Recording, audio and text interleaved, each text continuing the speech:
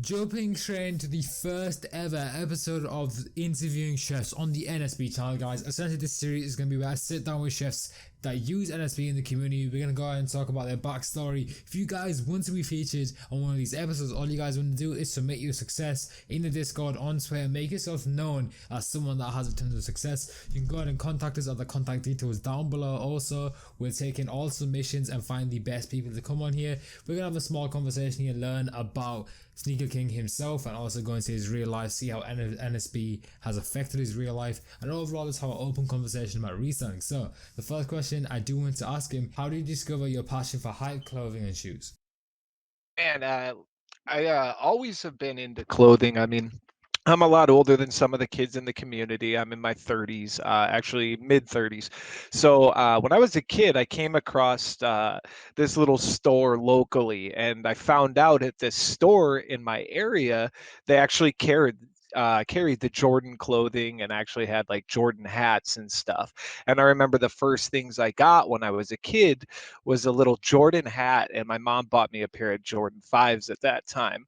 So I remember at a young age, I always wanted to, obtain the Jordan clothing and stuff. And I mean, back then it was either baggy clothes or, in the early 90s when I discovered like his stuff in my little hometown, it was the shoes, the hats, or a couple t-shirts that you could buy. Whereas nowadays, there's so many different ways you can go with this stuff. There's so many different items.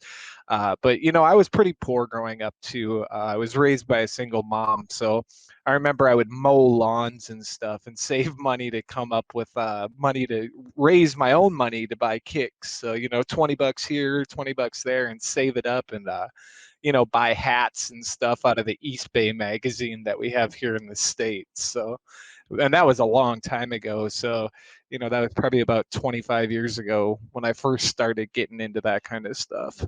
Yeah, I definitely do resonate with your answer there. It kind of unlocks a chapter of my childhood I do want to take upon to support what you said. And essentially, it's where when you're a kid and you get invested in something, it becomes an addiction almost. Like you said, going with the shoes and the hats. I feel like personally for me, my addiction was like video games. I know that is a common addiction when you're a kid, but once you get heavily interested into something and you continue to put more money into it, and it's the only thing you think about, it kind of develops a heavy interest into your older age. And as you guys know, he did mention that he's in his 30s, and that has transcended from when he was a kid into his old age. So I feel like interest when you are a kid do carry on to when you're an adult. Yeah, for sure, for sure. It definitely is. I remember, like as we're saying, I remember when I was a kid, I would literally circle items in the East Bay magazine, and then I'd go back to the front and look over what I had circled, and the whole damn magazine would be circled. So, and it was similar too because everybody knows CCS right now, and I started skating in the late '90s as well. And my best friend was a huge skateboarder, and he got me into skating. And I remember, always wanting all the skateboard decks. And when the dunks started coming around when I was in high school or on my junior years, when Nike SBs started taking off, I remember getting into those at that time and having the early SBs. So yeah, kind of cool hearing about it. And like, as video game collectors as kids, I remember N64 and PS2, PS3, all that stuff. So it's kind of crazy looking back at it that way. Yeah, definitely. There is a lot of development there. I can see how it changes over time. And I'm 17 myself, and obviously I haven't lived through a ton of life, but I can definitely see how people's childhoods now do differ to how my childhood was like. Like my childhood was like going to the corner shop and buying out like 25 lollipops for the price. And then charging 10p above, so at the end of the week I could go get like a burger or something. That was kind of my hustle when I was a kid. But like now it's completely different. Like everyone gets a mobile phone at the age of 5. Everyone's got access to the internet.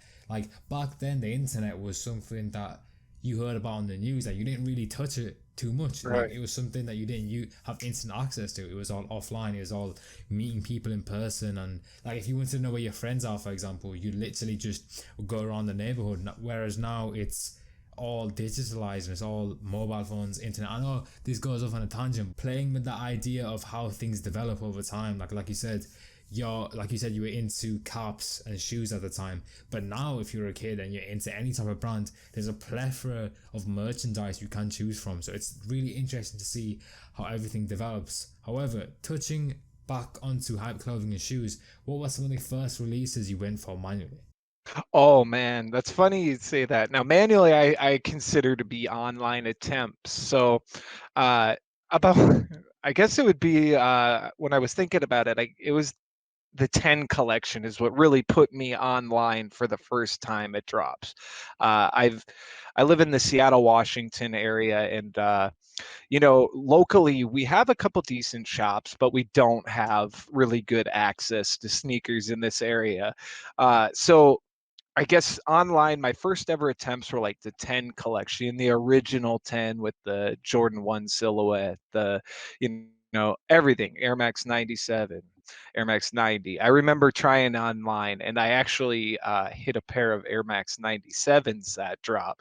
And it gave me that rush that, wanting to chase more and get more online. And then I came across a couple of the kids doing tutorials on how to like get the upcoming Beluga 2.0s that had released a couple months after the 10. And I found out about that Chrome user lick, and I ended up using that, and I got a few pairs of that, and from there I was hooked. It was just there's plenty of ways to teach yourself out here, so I was watching YouTube and learning different ways of getting more success. And manual only got me so far because eventually, it became all about bots, and you're chasing your tail if you're doing everything manually for sure. Yeah, definitely. Yeah, again, I can resonate with what you're saying. The 10 was the section of my reselling journey where I really got heavily interested into bots. I played around with the idea, but I feel like you said, a lot of research needs to be done before you get into this community. You're playing around with a lot of money. And touching on that addiction that we talked about at the beginning of the episode, I feel like once you go for one release, like the Adidas release, the Chrome user jig, if you guys don't know what that is, essentially where Adidas, when you go onto the splash page queue, I know they don't do it as often now, but they track it through cookies. So essentially you'd create loads of Chrome users, put it into small tabs, put it all over your desktop, and just wait until one got through. This was like the manual way before using bots. So I remember doing that. I remember checking out loads of pairs, like a couple of pairs, and the dopamine hit of knowing you're making money is something that creates an addiction. And it's not a bad addiction, it's just something that you want to build on. And then when you realize that there's this section of a community called botting where you can invest money into these bots and literally like triple your success and triple your profits, it's something you do want to get into. However, it does require some research, and that is one thing I did want to talk about. Like you said, you were a manual user at first, online attempts going for these shoes, and then you made your way slowly to the botting community. What was the first bot you actually went with? I actually came across this small little iOS program. It was called Motion iOS, and they actually just reformed. So it's a great, good starter bots for, like kids who don't have the money to initially jump in and buy into these huge programs. And it's affordable. These kids buy in at like $50. It's programmed by a great guy. And I got into it, and they taught me a lot. They made me staff, and it kind of gave me a little bit of a little position because I was always trying to help people be better. And in the beginning, it just definitely made an impact on me enough to where I was like, all right, this program works. If I put the work in, if I put the effort in, I'm going to be able to cook, and I'm going to be able to touch pairs. And I remember at that time when that one was just coming out, it was for the 500 blushes. And the community is still together. A lot of the same people are there, and it's still cooking. So it's kind of cool to see that Motion, this little iOS bot, is still hanging around and still getting people checkouts every single drop. So it's kind of, when you look at back at that, it's definitely really formative into my botting, knowing that if I put the work in, I could see success. And I guess that gave me hope for when I was moving into new bots. If I'm willing to spend more time than the next guy, then I'm gonna have my success. Yeah, definitely. That is a mindset that I feel like a lot of users these days don't really adapt, and I'll expand on that. It's just because they expect everything to be easy. They expect everything to just literally click on a bot, click a couple of buttons, set your task, and check out like 10 pairs. Whereas in reality, you need to go through the guides. You need to basically look at the most successful people, their setups. And I know a lot of bots have a successful setups channel. That is something you need to utilize. And you need to learn about delays. You need to learn what works best for you and your setup. And I feel like that has dwindled recently within bots because a lot of people just want it to be easier. However, I do feel like going back to the roots of reading up through all these guides, going through loads of live cops, making sure the live cops on YouTube were relevant to the time period you're currently in, and literally just expanding your knowledge on that certain bot is something definitely that I think should come back. I feel like people should spend more time in their setup to be more successful. And like you said, if you're spending more time than the other guy, then the other guy won't be as successful, and potentially you'll be taking his pairs, you'll be more successful than him, and you'll be creating yourself an advantage. Now, I do want to talk about NSB. As you guys know, this is on the NSB channel. We like talking to NSB users. How did you make the jump from any other type of bot to NSB? So, actually, I got pretty lucky. I was in that motion community, and that community was super small at that time. It was like, maybe 150 users. And as one of the staff, one of the kids had actually got lucky, and he was one of the few that won NSB beta key. He wasn't going to be able to use it. So his name's End with More, and he actually hooked me up, and he's been like a brother of mine in the community ever since then. And he gave me his beta key, which I broke the rules right from the start with NSB, but he definitely blessed me with that key, and I realized right away that that community was solid. And beta with NSB, they didn't just dive right in and jump, and push everybody to, buy keys immediately. They wanted to make sure they were the best or one of the best at the time. And, at that time, it was Cyber, TKS, NSB, but Cyber was just, you know, where it was, and that respect everybody may have for that. But again, I mean, I got that key, and I knew I was in the right place for me, because anytime there was a drop, Cypher always updated the bot, whether it was moments before the drop or days before the drop. You were always in the best position to cook, and if it wasn't us not putting the work in, then it wasn't the bot, because he was doing everything he could to put us in the best position. And I remember the first time I opened NSB, seeing the monitor connected to the bot, I knew it was a game changer. Being able to just quick task off the monitor definitely gave me a huge advantage over other groups where they had to, quick task in their cook group and do all this, where I'm in my bot and I'm able to beat every single cook group by just pressing play. It definitely put us at a huge advantage. And that advantage showed up right away in beta, and I hit the off-white Prestos, uh, basically the 2.0 versions, the black and the white ones. And I just knew it was over with from there. My success just kept compounding and growing and growing. And NSB was still small, still in beta. Most bots would have immediately went out of beta after that, but NSB continued to do the right thing and grow, I guess you could say, organically, and not chase the money dream right away. And they grew the correct way. They wanted to make sure they were perfect before they went public, and they did it right for sure. And that earns so much respect from me. So it definitely performed for me fantastic through beta, and I've been like a family member there since the beginning, and I appreciate that crew more than anything. Yeah, 100%, man. I wasn't around and I wasn't employed by NSB at the time. I didn't actually know about NSB at the time. I was pretty new to the community at the time, so I was still learning. However, from what you said, a beta period was wise. I feel like all bots need beta periods to bring in users, develop connections, develop trust with the users. And interestingly, you said that they didn't go to paid straight away after hitting on a hype drop. And I feel like that is consistent with new beta bots. They tend to hit a hype release, get all the success around it, and then go paid. However, showing that NSB went through the beta period and then continues to do so until it was at a good point and then went public was definitely the right way to go. And obviously, that is commendable. But when you did get NSB, like you mentioned, the black presses, you went for that, obviously huge profit margins there, and people know about it to this day for having some of the highest profit margins within silhouettes that people did. But what were some of the drops that you went for with NSB that you were successful on that are memorable?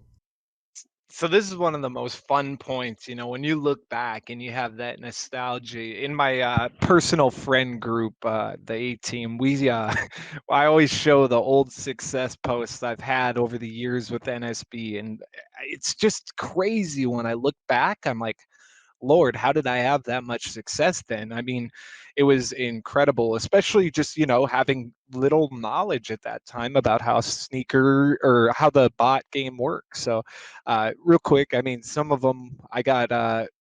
One of my first big cooks was the Off-White Blazers in October of 2018. That was a nice cook. I got one color of the Hollow's Eve and then two black pairs, and then it just grew and grew and grew. After that, it was the Union ones. I believe the initial drop, I got 9 pairs, and that's when I knew for sure that NSB was, gonna blow up. It was, it was just that good. And then I got about 7 pairs on the initial release of the Off-White Air Force Ones. I got a bunch of the black and a bunch of the volts, just kind of a mixed bag of those. Uh, Shortly after the Off-White Air Forces, we had the uh, it was the Yeezy 350 V2 statics. I hit 4 pairs, and those were just great profit at that time. Those were like 400, 500 a profit for those pairs. Then in February of 2019, it was the Off-White Air Force, or sorry, Off-White Air Max 90s, the Desert Ore and the black pairs. Initial drop with DSML, Undefeated, and DSM NY, I ended up hitting 13 pairs that day. And then I think since then we've done really great on the Yeezy 350 V2 Blacks in the middle of this summer. In June of 2019, I ended up hitting 10 pairs that day, and no bots worked that day. Only a couple bots were performing that day, and if you're patient with your NSB tasks and you didn't kill them, you killed that day. Uh, and then just most recently, I actually had a really great Sky Waffles. I had 21 pairs, and they were all DSML. 8 delivered to the doorstep, 3 cancels, and 10 declines that day. So huge, huge success. So yeah, even now when everything is ever changing in the game and you're always needing to beat something, whether it's Shopify or CAPTCHAs or whatever, it's still possible to hit a really hype drop like the Sakai waffles and get huge numbers. So everything's possible if you put the work in. Well, yeah, it's clearly evident. Like at the beginning of the interview, you were talking about how you were doing a lot more better than the other user. You put more time in, and that's clearly evident in your success. That is some huge, huge, huge profit margins. Like the drops you were talking about, the Hallows Eve, the 10 collection, like those have some huge profit margins, and getting multiple of those is like unheard of. Like I haven't spoken to a lot of people that have had that high success rate, and to say you did that with NSB, and I feel like common misconception people have with NSB is that it's always in stock bot, so they automatically associate it with a bot that doesn't cook. However, that isn't the case. It's there for people that don't want to pay a stupidly high price for a bot like Cyber, like we mentioned, and also just a bot that works well, has good features, has integrated monitors, especially with the latest updates. Like comparing it to where it came from, I feel like it's came a long way. You can utilize a lot more, and obviously, like you said, the success margins are huge. Like personally, for me on the waffles, I didn't do too good, but to think that you managed to secure yourself that many pairs even declines, like declines or cancellations, that's still evidence that the bot is doing his job. It literally just comes down to other factors. But it's actually genuinely amazing to hear that you're doing that successful. And that kind of links in with the idea I did want to talk about. Like I said, high profit margins, there's a lot of financial gain there and a lot of money you can make. How has using NSB and gaining all these profits affected your personal life?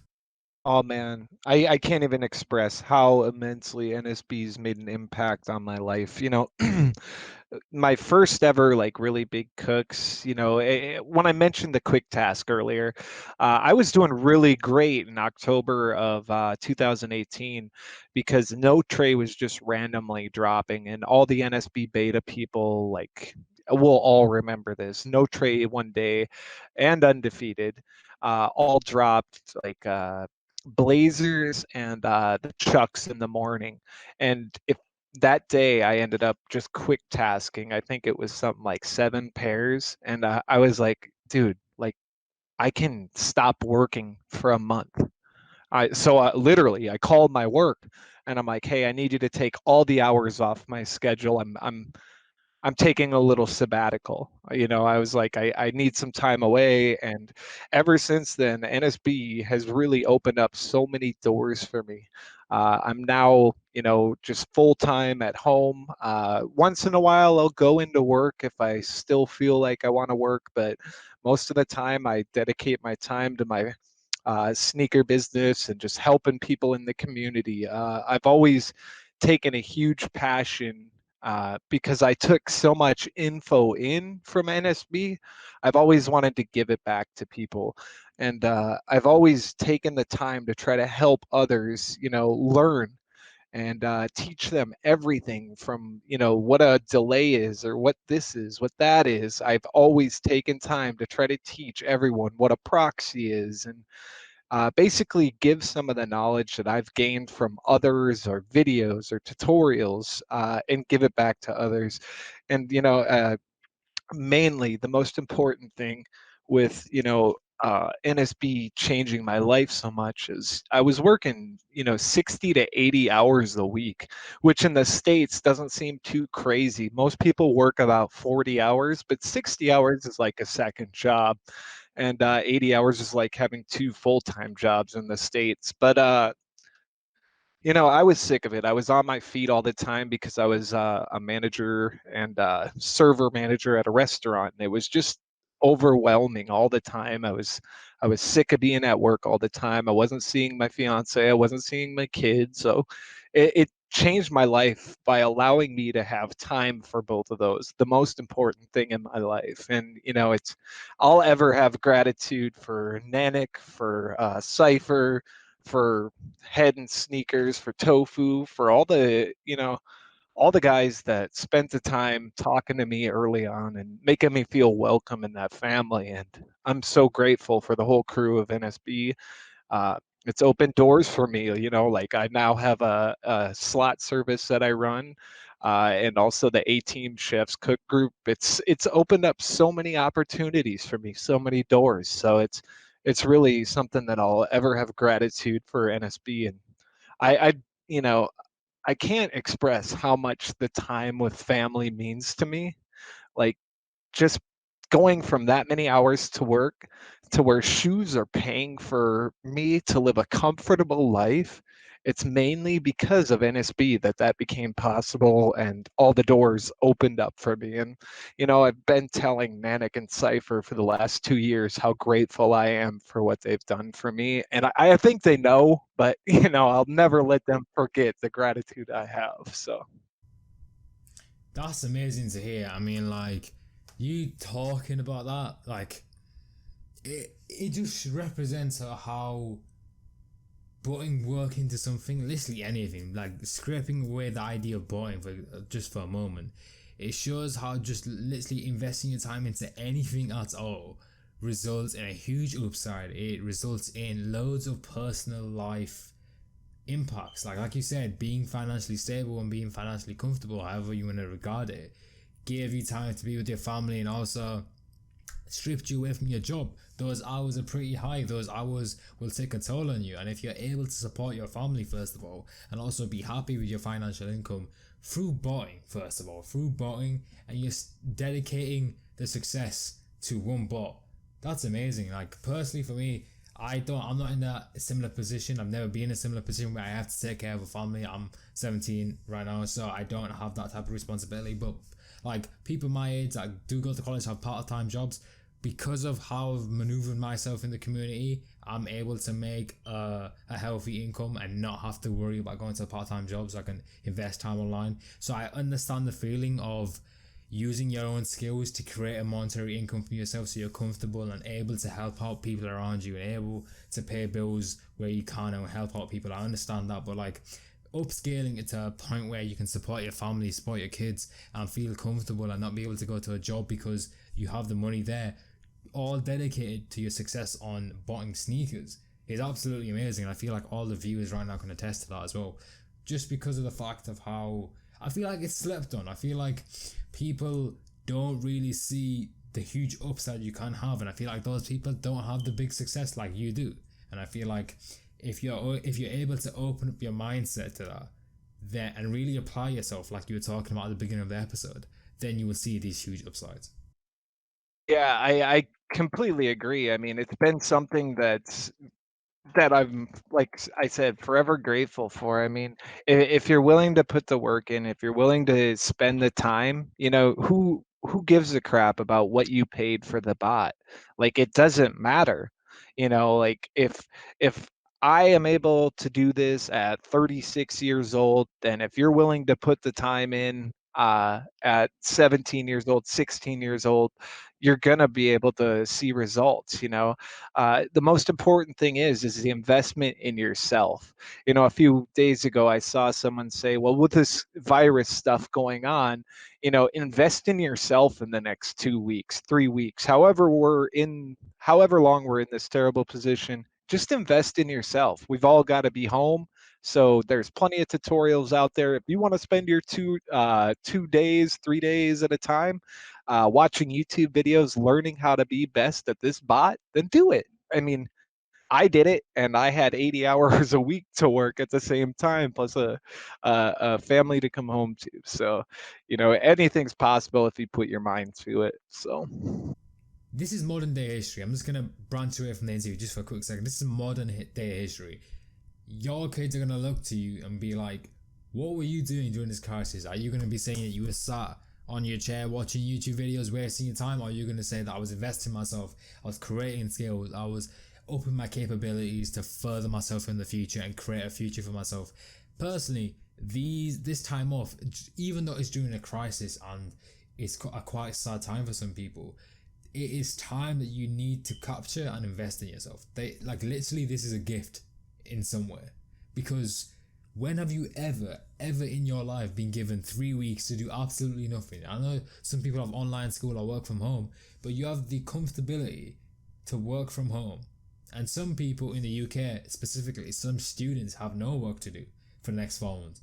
Those people need to be investing time in yourself. You need to be thinking about ways to generate income during this crisis, and not unethically. I mean, there's loads of ethical ways of doing it. I know there is some unethical ways that people have been touching about, but literally all you have to do is learn about the consumer patterns right now. You know that luxury spending is down. How can you take advantage of that? How can you create monetary gain for yourself? There's a plethora of ways to do this, even with botting. Like touching upon it, relating it back to the interview, the argument that botting and reselling is dead right now is stupid, because all these online stores don't want to create social gatherings in store, so they push stock online. They're going to sell their stock. There's more stock online, there's more pairs for you.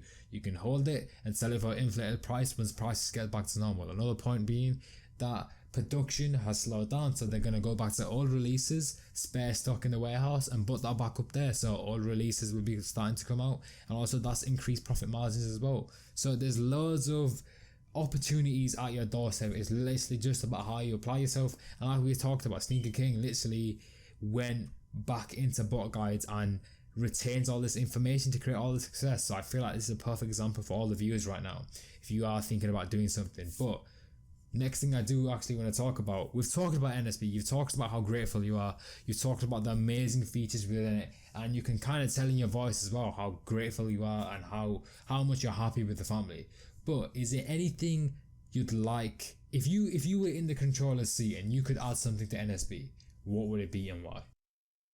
First of all, that I actually thought this question was so good that I actually asked friends. I was like, this is such a good question. What do you do to make NSB better right now? And I guess, like, I've said I love the monitor. Love that you can have blue tasks, and the fact that those blue tasks have made me so much money. But as far as what I want added, I'd say in beta, everyone would joke and ask, is this an off-white bot? Does this work on off-white?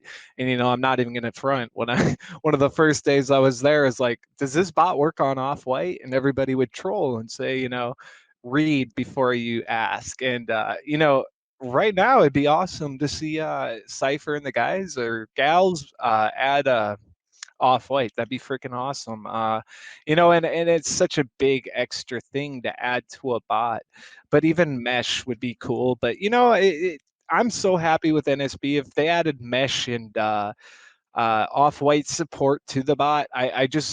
I want it to be as good as possible, and I feel like if stuff like that was added, it'd probably take away from another area. And I know the focus has always been so strong with NSB. That's why they've been consistent for here we are going on 2 or 3 years.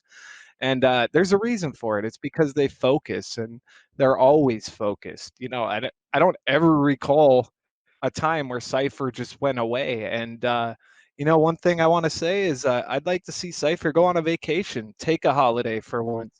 I think it's been about a year and a half since he went on a holiday, and we still cooked. So, the guys, I'm ever grateful for them, and I guess the small changes are huge changes. So, I off white and mesh would be huge, but I'm happy with where we're at. So I'm super grateful for them, and I guess Nanik and Cypher just need to take a couple days away and enjoy a holiday. How about that?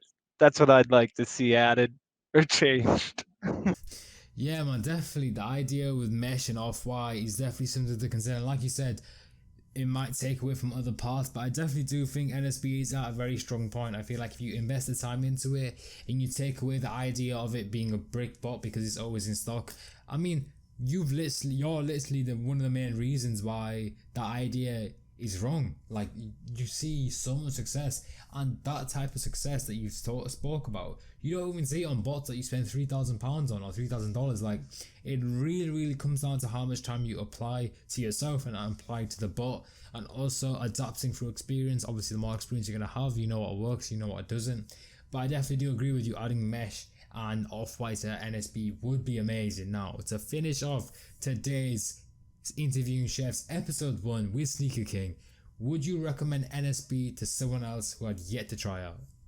Yeah, absolutely. Like I said, I own a group called the A Team Chefs, and a lot of those guys that come into this group, we expect to be newer guys into the community because we are a smaller cook group. So the first thing I recommend to all of them is getting a bot. Next, the most important thing is buying NSB. I don't know why people think because a bot is in stock that it may be a brick bot. That's an insane outlook on something. But, I get it. Yeah, you think because bot A and bot X are always sold out, that means this bot can't be good because it's sitting in stock. Well, that's an insane mindset because I've referred, probably 300 people to buy NSB, and that might be an understatement on the amount of people. But everyone who buys it usually ends up cooking. And you know what it comes down to them asking and working with me on their setups and working on making them a better person. If you're willing to grow and willing to put the time in, I'm willing to teach. And I always recommend NSB to anyone and everyone. It's the first thing I recommend to everybody, and it's been like that for 2.5 years, ever since beta. Like, there's no other bot you can get in at such a great price and become successful that first week. Whether it's a guy like Cavs, who I taught in October of 2018, or a guy like Ben O'Brien, who I just taught in the last couple of months. People are still cooking. If you're willing to put the work in, you're gonna cook. Like, NSB is one of the most consistent damn bots in the game. It's killing Supreme, it's killing Shopify, and I'm here with them still cooking 21 pairs. Like, it's not about me or getting lucky or a different key or whatever. It's about you. So it's 100% something I'd recommend a million times over. So guys, that concludes episode 1 of Interviewing Chefs. Once again, if you guys did enjoy today's episode, please drop a like, subscribe, turn on post notifications to know exactly when we post our next video. If you guys think you guys could qualify for these type of episodes, and go ahead and contact us at the contact details down below in the description. We will process all submissions. We want to get the best episodes out. We want to create the best content for you guys. I'm gonna catch you guys next time. Peace out.